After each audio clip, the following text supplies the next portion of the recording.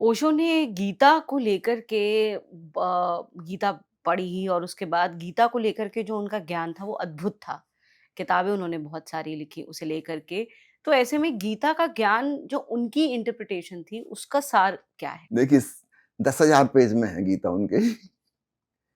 इतनी मोटी हुँ, किताब, ठीक है। आज तक इतनी हुँ। मोटी गीता कभी किसी ने व्याख्या नहीं की थी, है ना?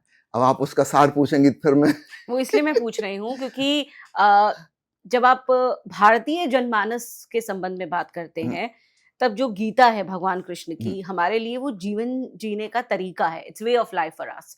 हम उसे हर चीज़ में लेकर के चलते हैं कि हुँ, अगर हमें संघर्षों से पार पाना है, अगर हमें चिंताओं से पार पाना है, अगर हमें डिटैचमेंट की तरफ जाना है, तो ये वो पथ है जो भगवान कृष्ण हमें दिखा कर के गए थे। जी। ओशो ये कह रहे हैं कि दरअसल वो परिस्थिति जन्य था। जी। उनका जो नायक है वो परिस्थिति के हिसाब से तय होता है। हुँ, जो ज्ञान दिया गया था वो अर्जुन को दिया गया था और हुँ, अर्जुन की परिस्थितियाँ उस वक़्त युद्ध क्षेत्र में अलग थी। ऐसे में अगर मैं अर्जुन नहीं हूँ, हुँ, तो जो गीता का ज्ञान है, अगर मैं ओशो के माध्यम से समझना चाहूँ, हुँ। तो वो मेरे लिए क्या है? चलो एक छोटे एग्ज़ाम्पल से दे देते हैं, हुँ, है ना? समझिए एक स्त्री का जीवन जो है, उसका जो हृदय है, उसकी जो भावनाएँ हैं, उसके जो मन की स्थितियाँ बनी हुई हैं, प्रकृति ने जो दी हैं सहज रूप से उसको, वो भक्ति के अनुकूल हैं। वो कर्मयोगी होने के अनुकूल नहीं है, वो युद्ध करने के अनुकूल नहीं है। प्रकृति ने उसको ज़िम्मेवारी दी है मातृत्व की, प्रेम की क्षमता दी है, सहनशीलता दी है, परिवार को बाँध के रखना है स्नेह से, ये क्षमता दी है। ये बिल्कुल अलग चीज़ें हैं। तलवार चलाने की क्षमता नहीं दी है। अब यदा कदा कोई झांसी की लक्ष्मी आई हो जाती तो एक अलग बात है, तो एक्सेप्शन, है ना? नॉर्मली 99% स्त्रियों के लिए युद्ध की शिक्षा काम नहीं आएगी। उनके लिए तो परिवार को कैसे प्रेम के धागे में बांध के रखना है, ये चीज काम आएगी। भक्ति काम आएगी, है ना? मीराबाई काम आ सकती हैं, सहजोबाई, दयाबाई काम आ सकती हैं, संत राबिया हुई हैं, उनकी शिक्षा काम आ सकती है। वो बिल्कुल ही अलग प्रकार की शिक्षा होगी, है ना? वो कर्मयोगी की शिक्षा नहीं होगी, वो योद्धा की शिक्षा वो नहीं होगी। तो इस प्रकार हमें चुनना होगा।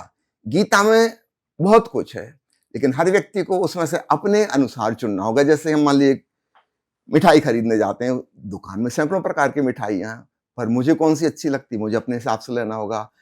आप जूता-चप्पल खरीदने गई, दुकान में तो हज़ारों जूते-चप्पल हैं, लेकिन आपको थोड़ा-सा चेक करना होगा, ज़रा पहन के चल के देखना होगा।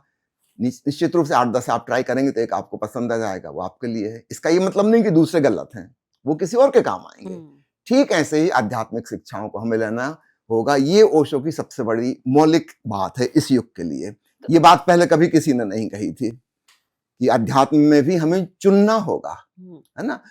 एक स्त्री के लिए भक्ति का मार्ग सहज होगा, आसानी से, सुगमता से हो जाएगा। महावीर अगर कोशिश करें मीराबाई जैसे होने की, तो ये कभी नहीं हो सकता, हो ही नहीं सकता। उनका व्यक्तित्व तो बिल्कुल अलग प्रकार का है। और मीराबाई अगर कोशिश करे कि महावीर की शिष्या हो जाए, बेचारी बिल्कुल असफल हो जाएगी, उसके जीवन में कभी नहीं हो सकता। महावीर संकल्प के प्रतीक हैं, मीराबाई समर्पण के प्रतीक हैं। 180 डिग्री अपोजिट। तो अध्यात्म में भी हमको चुनना होगा कौन सी चीज हमारे लिए प्रीतिकर लगती, हमको रास आती, जिसमें हम सहजता से चल सकें। महावीर भी सही हैं, वो भी परम तत्व तक पहुंच गए, और मीराबाई भी सही हैं, वो भी परम तत्व तक पहुंच गई, लेकिन दोनों के मार्ग बिल्कुल भिन्न हैं।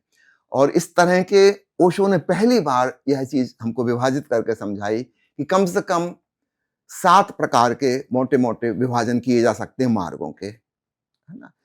एक मार्ग है कर्म का मार्ग, खासकर वो लोग जो बहुत एक्टिव हैं। कुछ बच्चे होते हैं ना, बचपन में कहते हैं ओवर एक्टिव चाइल्ड, शांत बैठ ही नहीं सकता, कुछ ना कुछ कर रहा है, उपद्रवी किस्म का।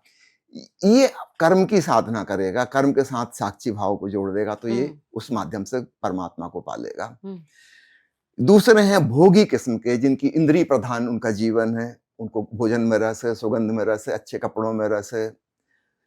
ये इंद्रियों की साधना करें, जिसको तांत्रिक साधना कहा जाता है, ये उस माध्यम से परमात्मा को पालेंगे।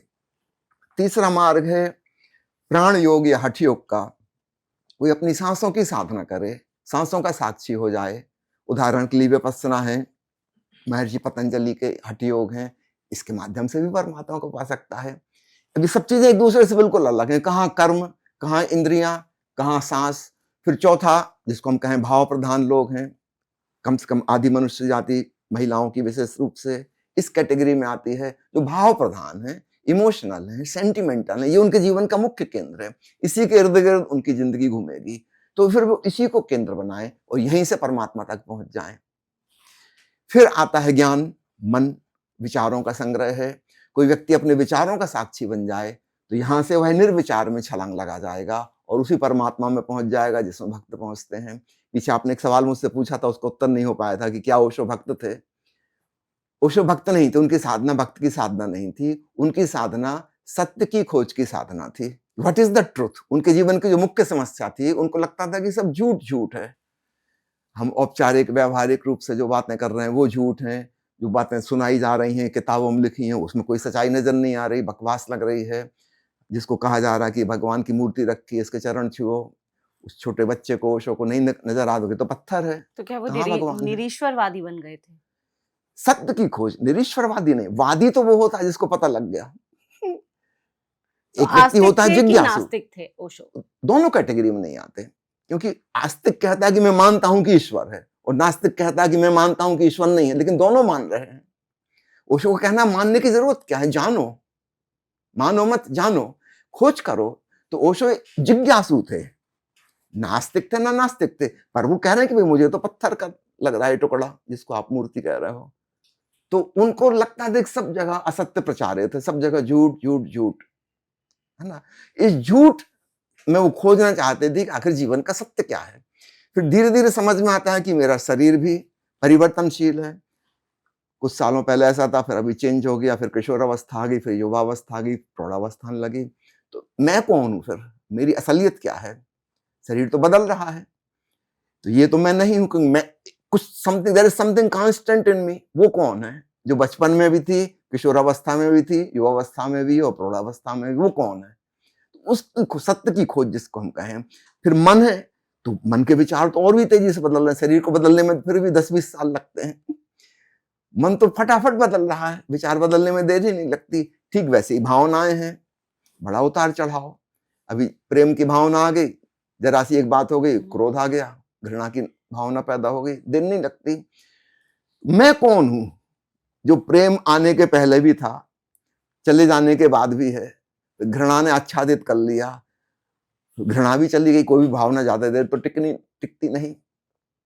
वो मैं कौन हूं? तो सत्य की खोज उनकी मुख्य थी, तो उनकी साधना थी सत्य की खोज की, है ना। वो भक्त नहीं थे, भक्त तो की लेकिन साधना अलग होती। भगवान थे, भगवान रजनीश उन्हें कहा गया। तो ऐसे में लोग चल कहते पहले एक हैं बात पूरी हो वो जाए। व्यक्ति जो भगवान पे यकीन नहीं करता, स्वयं को भगवान कहलाने का खंडन भी नहीं किया ओशो ने। मैं इस बात पे दोबारा आ जाऊंगा, पहले एक बात हाँ, पूरी कर लूं, नहीं तो वो अधूरी रह जाएगी। हम्म, ओशो भक्त नहीं थे, है ना। वो सत्य के खोजी थे कि what is the truth, ultimate truth, है ना। तो केवल बाहर के संसार में ही झूठ झूठ झूठ नजर नहीं आ रहा, सब जगह अपने तन में, मन में, अपने हृदय की भावनाओं में भी लग रहा है कि जो चीज अभी थी और अब नहीं है, तो इसका मतलब वो सत्य नहीं है, स्वप्नवत हो गई।